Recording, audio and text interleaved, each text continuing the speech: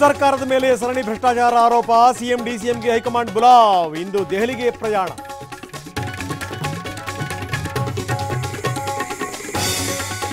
ಬುಡಾ ಹಗರಣದ ವಿರುದ್ಧ ಬಿಜೆಪಿ ಪಾದಯಾತ್ರೆ, ಸಮರಕ್ಕೆ ಸಜ್ಜಾದ ಕಮಲ ಪಡೆ, ಪಾದಯಾತ್ರೆಗೆ ಅನುಮತಿ ಕೊಡಲ್ಲ ಅಂದ್ರು ಪರಮೇಶ್ವರ್.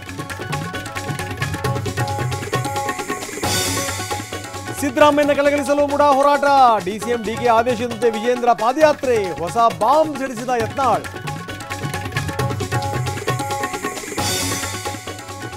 ಕೇರಳದ ವಯನಾಡಿನಲ್ಲಿ ಭೀಕರ ಭೂಕುಸಿತ, ಕೊಚ್ಚಿ ಹೋದ ಅಂಗಡಿ ಮನೆ, 15 ಜನರ ದುರ್ಮರಣ, 400 ಕುಟುಂಬಗಳು ಅತಂತ್ರ.